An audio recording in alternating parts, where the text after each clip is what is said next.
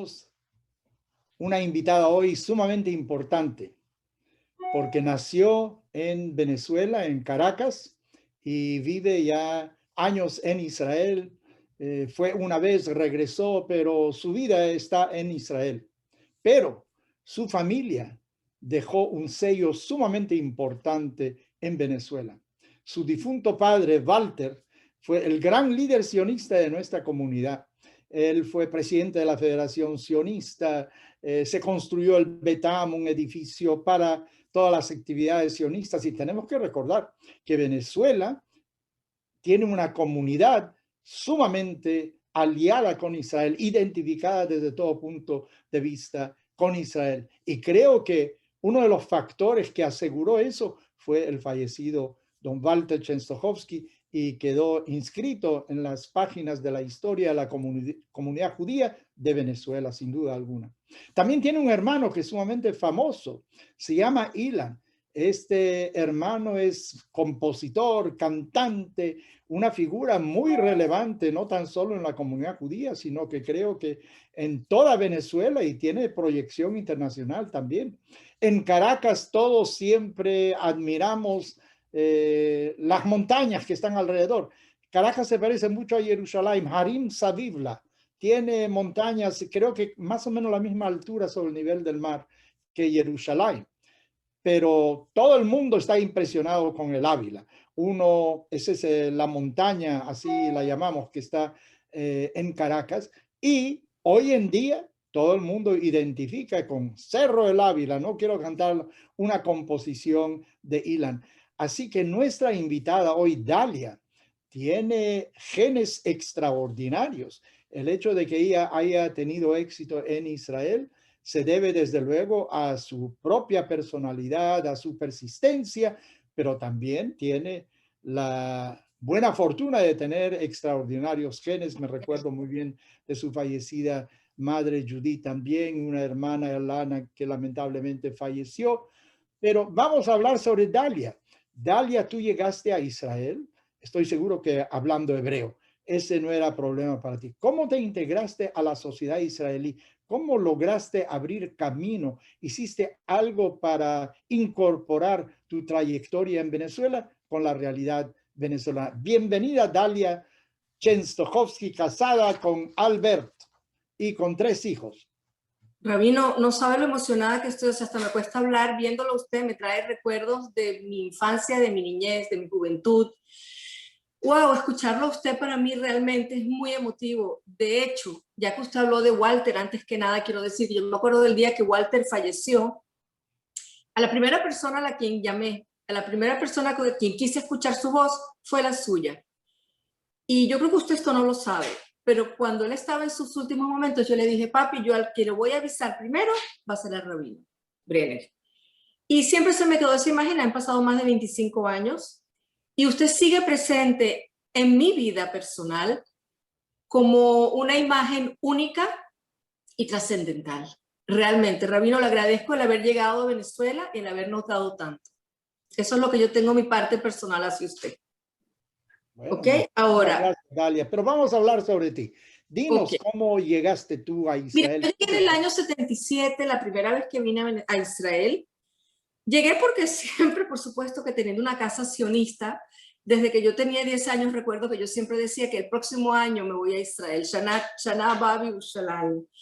Y se reían mis amigos de mí porque yo siempre decía que yo me iba y cada año terminaba llorando porque me despedía y nunca me iba, hasta el año 77, que yo tuve 18, y decidimos venirnos acá. Y mi integración fue fácil, primero por ser venezolana, y el venezolano se integra en todas partes fácil, es muy querido. Yo siempre me recuerdo que me preguntaban si yo tenía 3 chorros en la casa, uno de agua caliente, uno de agua fría y uno de petróleo. Y ese era el chiste, que cada vez que yo decía venezolana, esa era la primera pregunta que me hacía: ¿cuál es tu tercer, el chorro el grifo? Y realmente fue muy fácil. Quise estudiar servicio social y no me dejaron porque no había hecho ejército. Y tenía que hacer un periodo primero de estudios en la universidad. Después de que no me aceptaron 2 veces por no haber hecho el ejército, porque aquí en esa época, el hacer, primero, hoy en día también, el que no hace ejército hay muchos trabajos que se le cierran, especialmente viviendo la vida personal acá. Y entonces me decidí que, bueno, ok, vamos a estudiar turismo, y me fui por el otro lado, me fui a estudiar turismo. Estaba feliz, después me casé. Gracias a Dios la vida me permitió no trabajar, entonces me dediqué a ser madre. Nació mi hijo mayor, Allen. Y cuando Allen tenía 2 años, decidimos que nos regresábamos a Venezuela a estar un rato con mis padres. Y ahí estuve 7 años. ¿De dónde es tu esposo? Mi esposo es turco, él nació en Estambul, pero nos conocimos aquí en Israel. Él vino a los 13 años y su sorpresa fue en el 73 cuando él lo recibió la guerra de Yom Kippur. Realmente me regresé a Venezuela, estuve 7 años y cuando ya yo tuve 2 hijos más, me regresé a Israel. Tengo 3 hijos, 2 ¿En qué nacidos año te regresaste a Israel? en el año 94, teniendo a mi hijo pequeño de 1 año y medio. O sea que ya tienes ahora 25 años.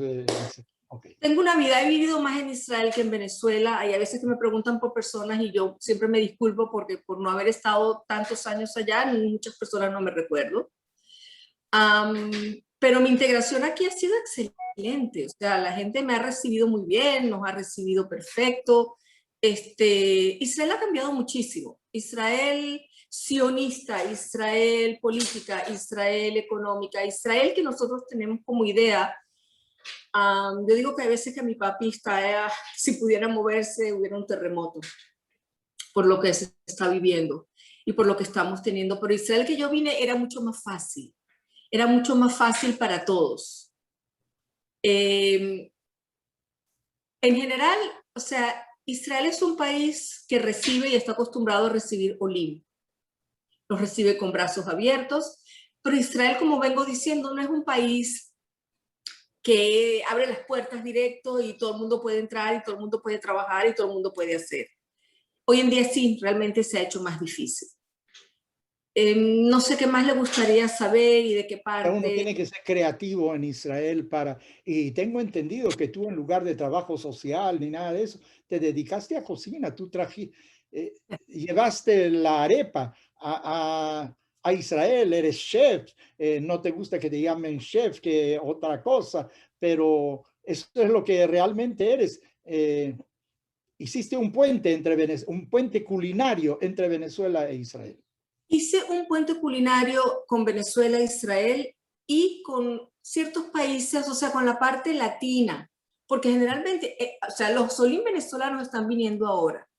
Generalmente antes venían olim, generalmente o de Argentina, Uruguay, o sea, más bien del sur. Los chilenos, todo depende de la época política en la que venían los olim latinos.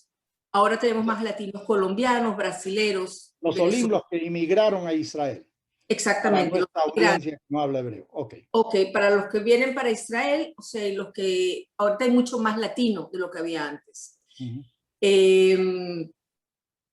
Y traer la comida acá fue algo muy impresionante porque eso no existía. Existía un poco México y un poco Argentina, o sea, voy por los dos polos, como quien dice, uno arriba, uno abajo, pero el centro de Latinoamérica no existía y no se conocía.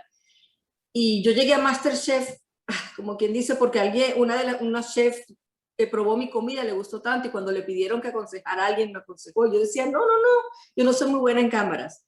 Entonces ella me dijo que no tenía otra, sino que tenía que enseñar lo que yo realmente sé hacer. Y de hecho, el éxito ha sido muy grande. La respuesta hacia la comida latina. Y poco a poco se van abriendo más. De hecho, ya se abrió una tienda latina aquí en Israel. Poco a poco estamos entrando más con nuestra cultura. Con nuestra cultura. Lo malo es que la corona ha movido un poco las cosas y ha paralizado como en todas partes del mundo. Pero realmente estamos en un auge en el sentido latino bastante grande. Y yo estoy orgullosa.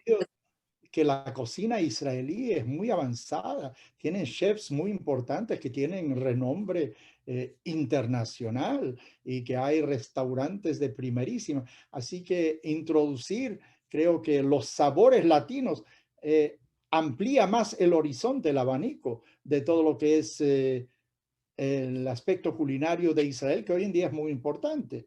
muy importante. Ahora, desde luego que la pandemia, el imprevisto fenomenal que en Venezuela decían por la lluvia, por lo que sea, esto paralizó todo el mundo.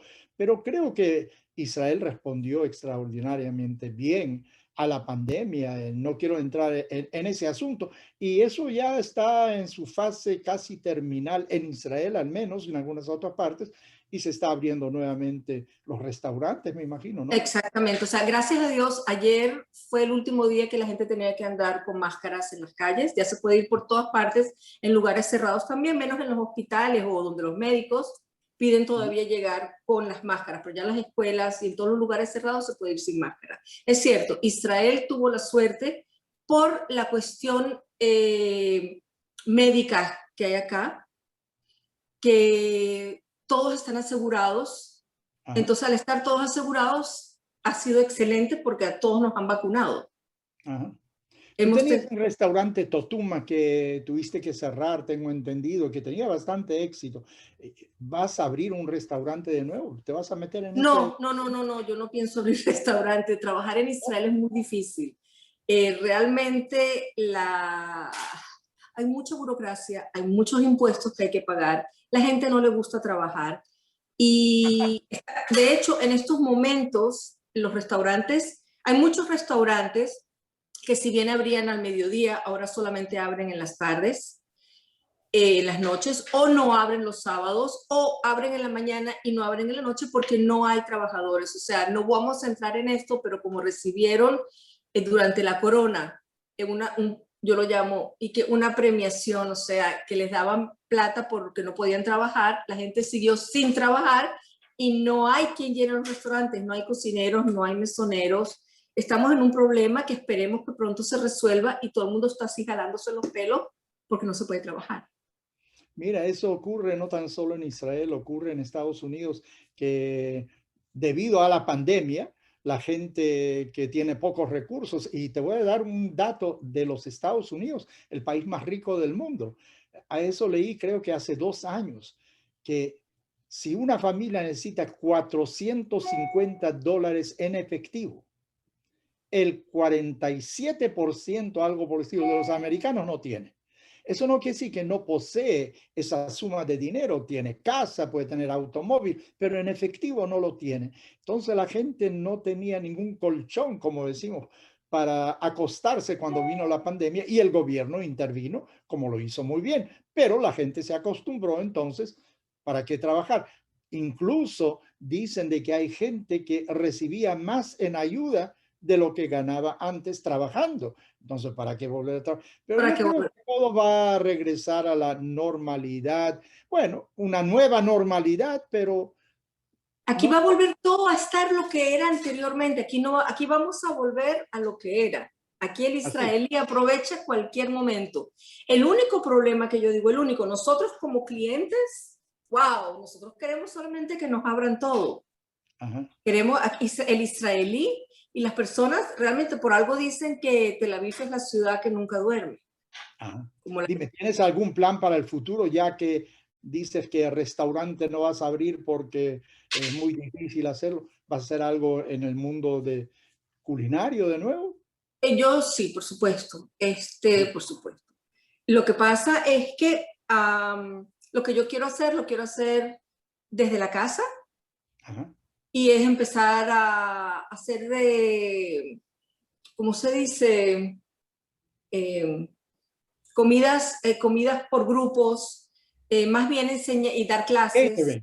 Catering. Una especie de catering, sí, pero que vengan a la casa o en lugares cerrados donde uno pueda ofrecer su enseñanza. Quiero enseñar, o sea, más bien quiero enseñarle a todo el mundo lo que tantos años he aprendido, quiero pasarlo, quiero seguir, quiero realmente dedicarme a enseñar y a que la gente entienda lo que es nuestra gastronomía. Y no solo la venezolana. Dame un secreto. ¿Cómo hago una arepa buena? ¿Cuál es el secreto para hacer una arepa buena? ¿Hay algún ingrediente? ¿Tengo que freír? Yo que sé, amasar bien. Mire, Rabino, yo le voy a decir una cosa. Yo siempre digo que cocinar es muy fácil. Lo importante es que el ingrediente sea fresco y de buena calidad. Lo demás es echar sal y pimienta y un poquito de aceite. Lo demás es así como yo siempre digo que hay que ser como Campanita de Peter Pan y agarrar todo y hacer como si estuviera echando magia. El amor, que es las manos de uno, que hace y con eso uno hace todo del corazón. Ese es el mejor ingrediente. Para una buena arepa, yo no sé, como dicen todos, agua, aceite, sal. That's Y it. necesitas Y lo harina bueno, pan también, ¿no? por Harina supuesto que pan. pan, o sea, sin harina pan no podemos. Sí. Es la Pero, única. o sea, tú me estás diciendo que en la cocina lo más importante es la frescura, la calidad de los ingredientes que tú pones en la olla o donde sea. Y el amor. Y el amor. Ajá. Yo creo que el amor es el que Hay gana que hacer un todo. rezo antes de cocinar. Antes de comer hay que hacer un rezo. Hay que hacer un rezo antes de cocinar también. Ajá. Hay que Uno tiene ofrecer en el momento. Y exactamente, uno ofrece, así como uno ofrece a Dios, uno lo ofrece a las personas que lo comen y ya cuando uno come uno es feliz. Yo creo que la felicidad comienza con lo que uno pueda dar del corazón. Eso es lo más importante para mí. Bueno, está bien. Mira, tú tienes algo de poeta ahí también. No es tan solo Ilan, sino tú No también. es Ilan, yo creo que hay muchas cosas de Walter que nadie conoció. Y Walter era una persona sumamente, sumamente humana. Habrá sido una persona dura, una persona con carácter, pero ha sido una persona que la base que yo tengo de enseñanza humana y hacia el ser humano lo tengo de él. Él fue una gran persona. Mira, él Y no transmitía exactamente eso. Él transmitía certeza, voluntad, decisión. Él tenía un camino y no se desviaba de él. Era terco en ese sentido. O sea, sabía lo que quería conseguir y conducía a la gente. Pero tú dices de que era blando por dentro, como el cactus, la fruta que de Israel, por fuera muy dura, pero por dentro. Bueno, en el seno de la familia lo conocían desde luego de otro punto de vista. mire, no es solamente el ser de la familia. Yo le voy a decir, hay muchas cosas que yo de Walter no conozco y hablo de Walter como un personaje en estos momentos. Hay muchas cosas y ando indagando y ando preguntando y ando diciendo, por favor, pues si usted me pregunta a mí qué hizo Walter, yo le voy a decir, no sé, dónde nació, sé que nació en Viena, sé que tuvo su vida, fue un gran político, pero no sé mucho, porque mi papá tenía como que doble vida o tenía algo que yo no lo conozco. Y nunca tuve tiempo la oportunidad de preguntarle porque no se podía preguntar. Ahora yo no entiendo por qué. Entonces, lo que él me dejó a mí fue así como que la parte de que no puedes preguntar, pero aparte de todo, nunca te olvides que hay un ser humano delante tuyo. Entonces, hay algo muy bello dentro de eso. Eso es lo que yo tengo de él. Bueno, yo estoy resumiendo de lo que me estás diciendo, es que en Israel las cosas no es fácil, pero por otro lado, uno tiene que hacer las cosas con corazón, con ingredientes sanos y buenos, y si eres persistente de alguna manera, tú vas a Logras lo que abrir camino quieres. en Israel. Exactamente. Logras lo que quieres. Acá se puede hacer lo que uno quiera con... realmente es... las bases las hay y la gente la recibe uno muy bien. Realmente, bueno, vuelvo y digo, o sea, a lo mejor hablo distinto quizás que otras personas, pero yo veo cómo trabajan los muchachos, trabajan duro. Tengo mis 3 hijos, todos trabajan de 12 a 14 horas diarias. O sea, para poder sobrevivir bien y vivir bien y para poder uno tiene que trabajar acá. Uno no puede decir, yo vengo y el Asocnut me va a dar, o este me va a aportar, o aquel. Uno tiene que venir con ganas de echarle para adelante. Como hoy el mundo, yo creo que el mundo está igual en todas partes. Totalmente de acuerdo, solo que en otros lugares, aunque trabajes más, no llegas a ninguna parte. Tú sabes, en la Venezuela, donde tú naciste hoy en día, el sueldo es $1, $2, $3 mensuales. Mensuales. Y, o sea, para conseguir, yo qué sé, un automóvil tendrías que trabajar 1000 años y yo no sé cuántos años para, sin comer. Bueno, no sé cómo se come con $1 o $3 mensuales de todas maneras. Muy difícil. Así que una sociedad que por lo menos permite que como hay otra... Mira, Dalia, no puedo desaprovechar el momento histórico. Hoy es el 16 de junio. Hoy es martes. El domingo, creo que fue, se instauró un nuevo gobierno en Israel, un gobierno un poquito raro, ¿no? Donde confluyen diferentes factores, diferentes ideologías. Por un lado, extraordinario, cómo es que se puede reunir a todo ello. Por otro lado, muchos piensan, bueno, ¿cómo va a sobrevivir cuando seguramente va a haber encuentros internos? ¿Estás contenta con el nuevo gobierno en Israel? Yo sí, yo estoy muy contenta porque me parece que el cambio siempre es bueno. Yo creo que una persona no puede quedarse en un gobierno durante tantos años. Ajá. Antes que nada, yo no lo llamo personal, no le pongo nombre. Digo, un gobierno no puede estar durante tantos años. Ahora, igual como el mundo ha cambiado, si nosotros en alguna época fuimos más izquierdistas, izquierdistas más izquierdistas, o fuimos más centrales o más derechistas, yo creo que el mundo está cambiando. Por ejemplo, en Israel, la gente quiere algo más global. El mundo se ha convertido en algo global. Se Una ha convertido aldea, aldea. Todo el mundo, en el una mundo es aldea, una yo gran más bien, aldea, estamos intercomunicados, yo no sé como lo si yo, estamos haciendo nosotros en este momento. Desde miles de pero kilómetros estamos por hablando. eso es que yo digo que no es aldea, la aldea es cerca, es state, cuando me No, dicen pero dice que el universo se ha vuelto en una aldea, una porque aldea. todos nos, esa es la Okay. idea. Y esa es la idea. O sea, yo creo que tenemos que darnos las manos todos, los que no pensamos igual, los que pensamos igual, para que podamos llegar al intermedio. O sea, hay que llegar, hay que hacer cambios muy grandes. Hay que hacer cambios muy grandes en el país en todos los sentidos. Y especialmente tiene que haber un poquito más de respeto, un poquito más de amor y un poquito más de recibir al que no es igual a nosotros. Y eso es muy, muy importante porque por eso digo, podemos comunicarnos ahora por internet, podemos de repente hablar con alguien en China, en alguien con India, y todos tenemos mentalidades totalmente distintas. Pero si tenemos un hilo común, podemos hacer que nuestro trabajo sea bueno. Y por eso estoy muy contenta. Además, que más que 9 mujeres dentro del gobierno son ministros. Entre los 28, 9, qué orgullo para la mujer. Y con puestos bien fuertes, como quien dice, con los pantalones bien puestos, con una falda más bien, unos tacones. No, mentira, yo no creo en eso, yo no creo en falda ni en pantalones, yo creo en el ser humano. Pero por eso digo 9 mujeres, eso es importantísimo, es la primera vez que pasa algo así. Hay un homosexual, o sea, hay de todo. Hay de todo. De repente hay uno con kipá que no es ultra ortodoxo, que puede hacer un cambio. Es la primera vez que tenemos un primer ministro, ¿ok? Que es derechista, pero que también le da un poquito para el medio, como quien diría. Realmente yo creo que el cambio debe, ojalá, y esto se dé para bien. Necesitamos un cambio y necesitamos agarrarnos de la mano un poquito más. Bueno, yo creo que va a depender mucho del apoyo que va a recibir de la sociedad y que grupos con ideologías diferentes no empiecen a socavar al gobierno, criticarlo sin razón.